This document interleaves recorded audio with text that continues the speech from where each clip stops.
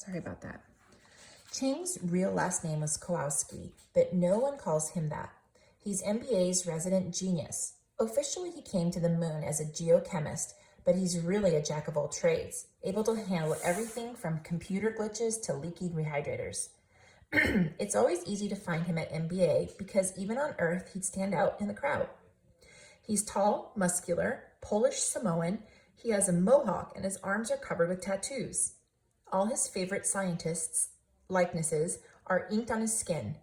Albert Einstein, Marie Curie, Niels Bohr, Isaac Newton, but they're all drawn as superheroes, clad in spandex, battling enemies like Hitler and Godzilla.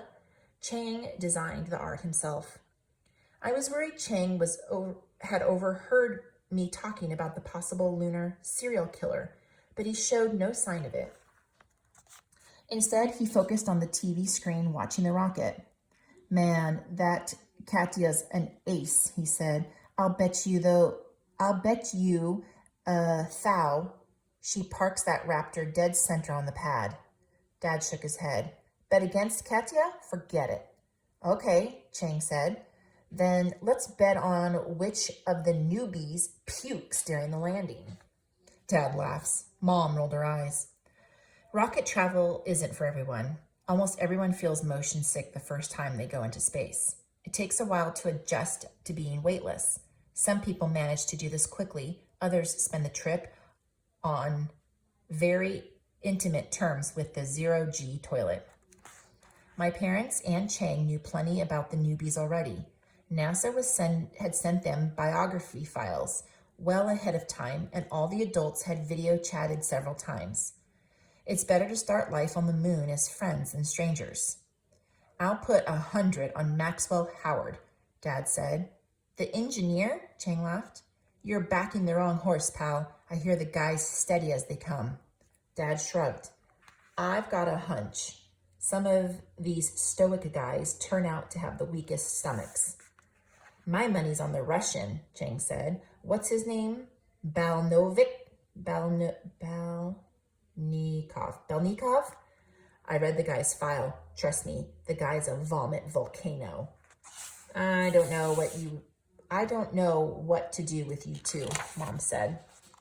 With a sigh, Dashiell, don't pay a bit attention to these so-called scientists. They're only having a little fun, I said. Yes, Mom agreed.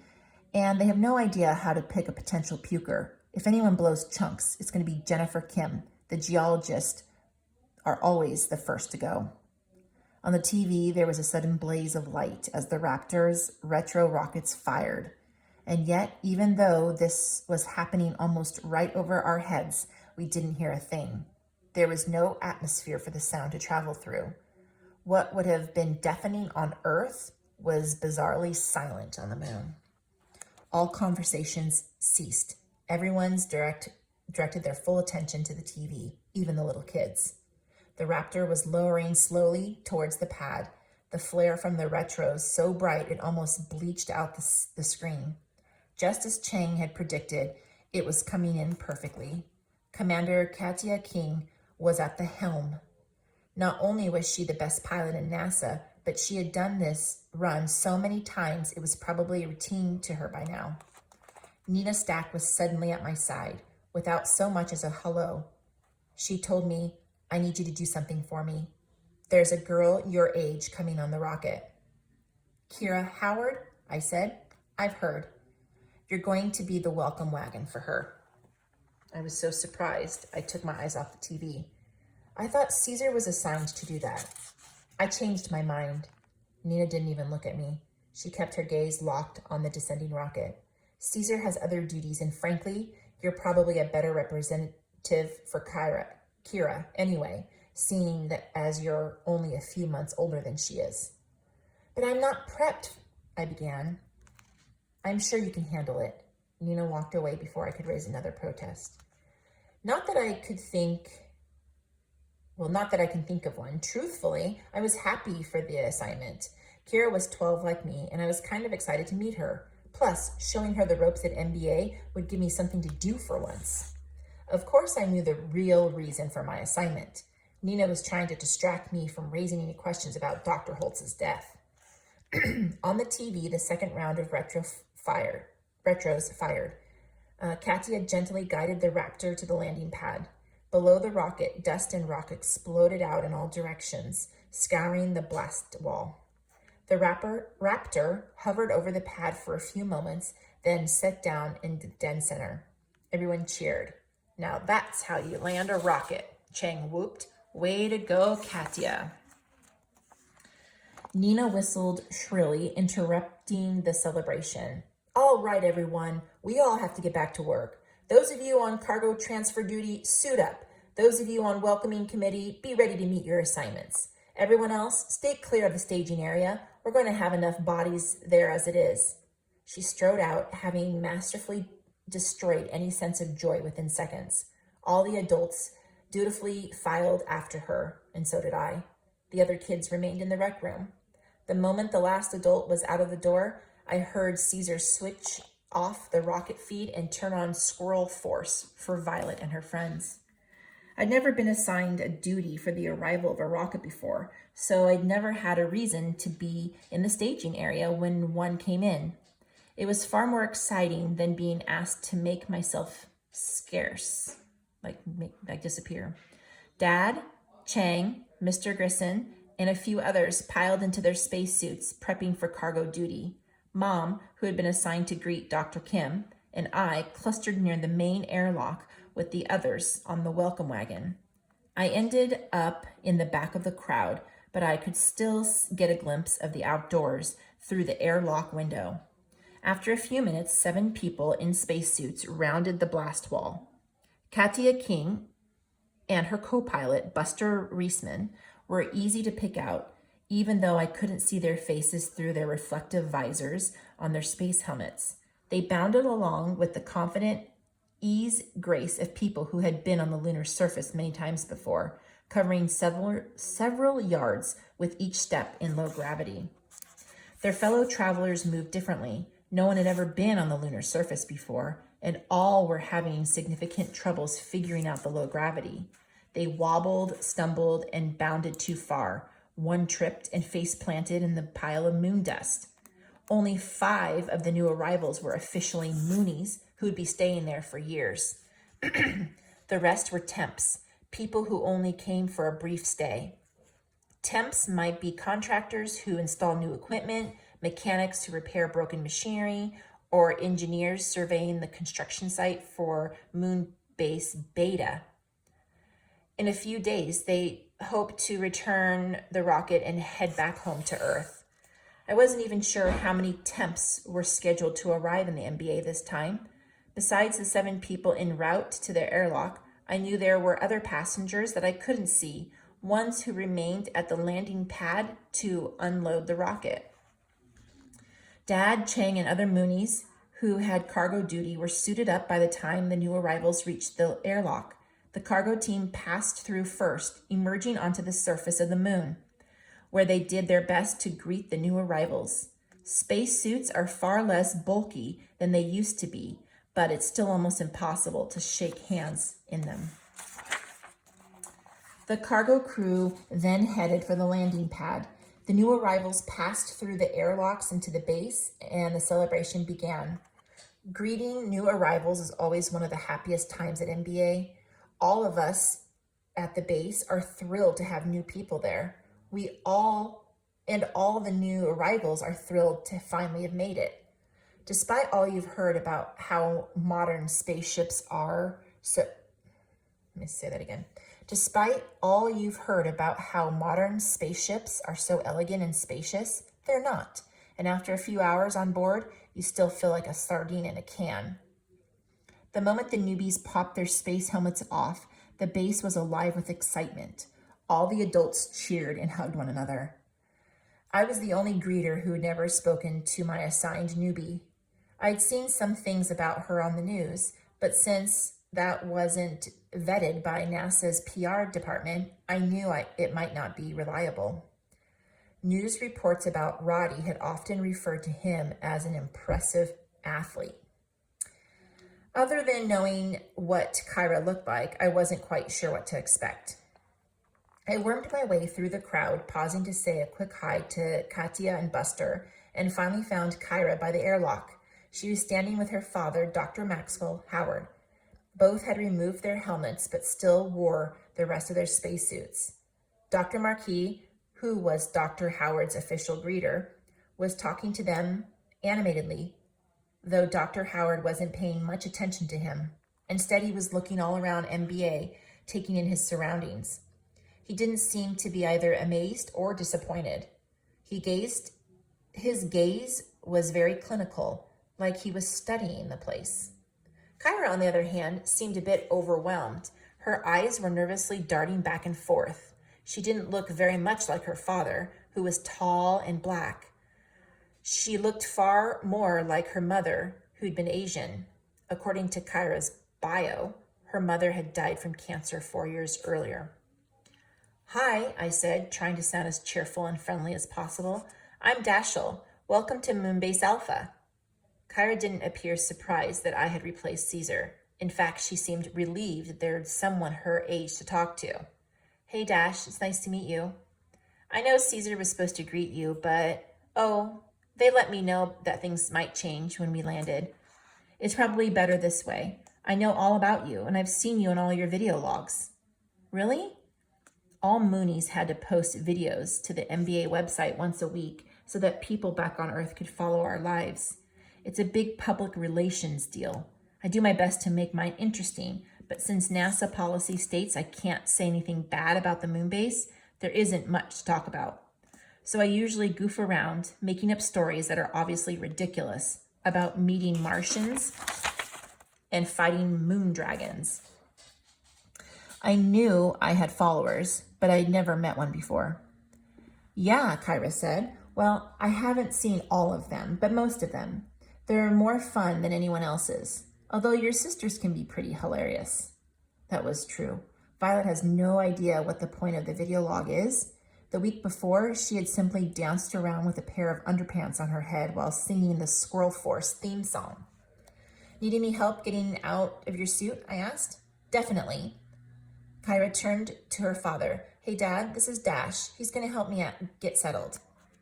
Dr. Howard turned to her, still somewhat distracted, as though he had forgotten that she was even there. "Oh, all right, hun. Have fun." He didn't even bother introducing himself to me. I'd stuck out my arm to shake his hand, but he didn't seem to notice. "Daddy's a bit monofocused," Kyra explained. "He's probably already thinking of ways to improve the base." "Well, if he needs any help, I have a few thousand suggestions," I said, and then I winced.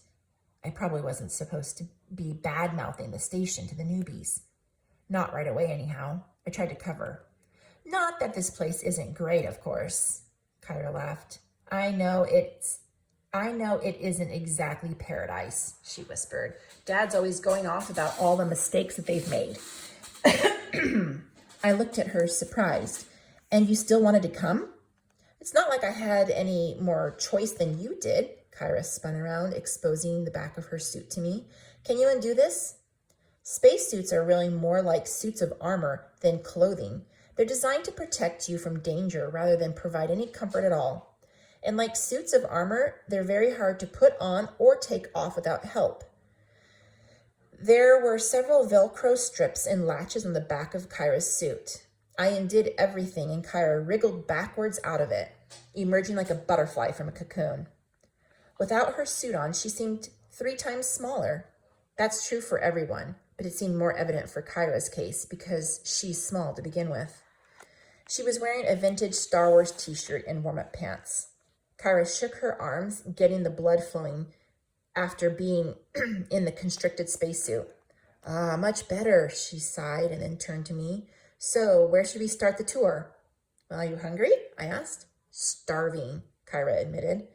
"Then, let's start with the mess hall." "That would be great." They told us not to eat anything in hours before landing because it makes people nauseous, and they didn't want anyone blowing chunks all over the rocket. Did anyone? Dr. Kim, the geologist. "Have you ever seen puke in zero gravity? It's disgusting." I glanced at my mother and Dr. Kim as we passed. Mom had called it right. Dr. Kim's clothes were stained with vomit. I picked up Kyra's spacesuit and I carried it towards the storage area. Mess is this way. Kyra started to follow me and then bounded way too high in the low gravity, soaring past me and slamming face first into the wall. I winced. Oh, sorry. I forgot to warn you. It takes a while to figure out how to walk around here. Kyra flushed, embarrassed. I didn't realize how much lighter I'd be without the spacesuit. Yeah, these things double your weight. I slipped Kyra's suit and helmet onto the racks. You shouldn't be embarrassed. When I first got here, I did exactly the same thing. Kyra shot me a distrusting glance. You're only saying that to make me feel better. Yes, I admitted, but I still had plenty of trouble. Everyone does. I pointed to the other newbies. They were all having problems moving about. Dr. Kim's husband, Dr. Alvarez, had flown into the wall himself, while Viktor Balnikov had bounded so high he cracked his head on the bottom of the catwalk. Kyra's father was the only one who hadn't wiped out yet, and that was only because he hadn't taken a step. Kyra tentatively gave it another go, and still used too much force. She sailed high into the air and then crashed back on the floor. Dang it, she snapped. Back on Earth, they said it would be easy. I felt terrible hearing the frustration in her voice. It reminded me of my own 6 months earlier. The realization that MBA was far worse than everybody had led her to believe was already setting in. In just a few weeks, she'd be as bitter about the whole place as I was. Only I didn't want that to happen. Maybe I couldn't make the moon base itself better, but I could certainly try to make life there more bearable for Kyra. I extended a hand to her. It'll get easier, I promise. The anger faded from Kyra's face. She took my hand. I hope so. I helped her to her feet. The trick is to barely even use your muscles. Pretend like you're walking on eggshells. All right. Kyra gingerly took a step. This time, she didn't go flying. She took another and another. There you go, I said. Yeah, 3 whole steps. Amazing. I finished storing Kyra's suit and then helped her work her way towards the mess. Normally, I wouldn't be in any hurry to eat at MBA, but whenever a rocket arrives, a small amount of fresh food comes in. This is an incredibly transparent tactic by NASA to boost our spirits at MBA, and it always worked like a charm. By the time we got to the mess, almost every Moonie had already descended on it, desperate to taste something that wasn't freeze-dried and dehydrated. Most of the fresh food was still on the rocket, but Katya and Buster had carried in a sack of tangerines. The fruits hadn't weathered the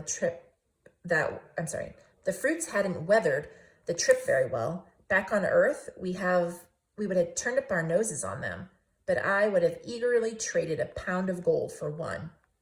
Buster tossed 2 to me and Kyra as we entered the mess. I held hers out, and to my surprise, she shook her head. You can have it. I don't really like tangerines. Don't pass this up, I warned her. You'll regret it. Before I came here, I didn't like tomatoes. Now, if someone showed me up here a fresh one, I'd kill for it. Kyra shrugged. I still pass. It's all yours. I wasn't going to argue myself out of a second tangerine. I quickly slipped it into my pocket and then walked Kyra through the basics of how to prepare food.